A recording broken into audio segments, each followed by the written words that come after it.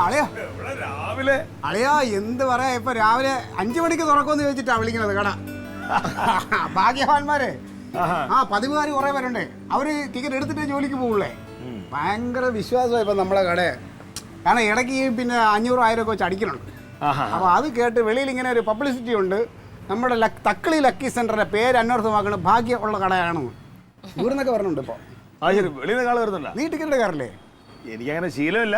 തുടങ്ങിയോണ്ട് കുറച്ച് ടിക്കറ്റ് എടുക്കാൻ വരുന്നത്. വന്നേട് ഭാഗ്യം ഏത് വഴിക്ക് കൂടെയാണ് പറഞ്ഞതെന്ന് പറയാം. ചിലപ്പം ഈ അളിയൻ വഴി ആണെങ്കിലോ ഭാഗ്യം.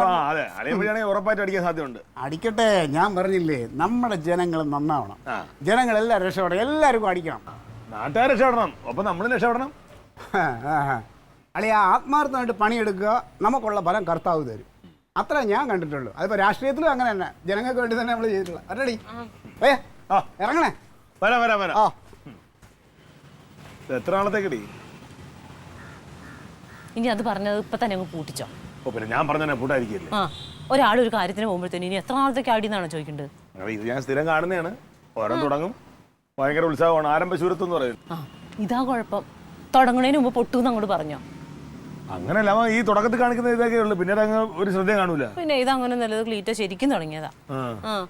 നീ പോയിട്ട് പറഞ്ഞു നിർത്തിക്കാതിരുന്നാ മതി. ഞാൻ പറയുമ്പോ നിന്ന് പോയല്ലേ. നീ പോണ്ടോ? ടിക്കറ്റ് എടുക്കാൻ പോണ്ടോ? അളിയൻ തുടങ്ങിയല്ലേ, അപ്പൊ ഒന്ന് പോയി നോക്കാം. ആ ഏരിയക്ക് ഒന്ന് കാണാനല്ലോ. എന്നാ പിന്നെ ഞാനും വരാം. ഞാനും വരുന്നുണ്ട്. ഞാൻ ഓഫീസിൽ പോകുന്ന വഴിക്കല്ലേ പോണത്. നീ ഓഫീസിലോട്ട് പൊക്കോടുന്നു. ഞാൻ തിരിച്ചും കൂടെ വന്നോളൂ ഉച്ചയാകുമ്പോ. പിന്നെ എന്നെ കൊണ്ട് ഇങ്ങോട്ട് വിട്ടിട്ട് പോകാൻ പറയരുത്. ഇല്ല, അവിടെ തിരക്കാണെങ്കിൽ ഞാൻ സഹായിക്കാലോ ക്ലീറ്റാനെ. പൈസ കൊണ്ടുവരുന്നുണ്ടാ?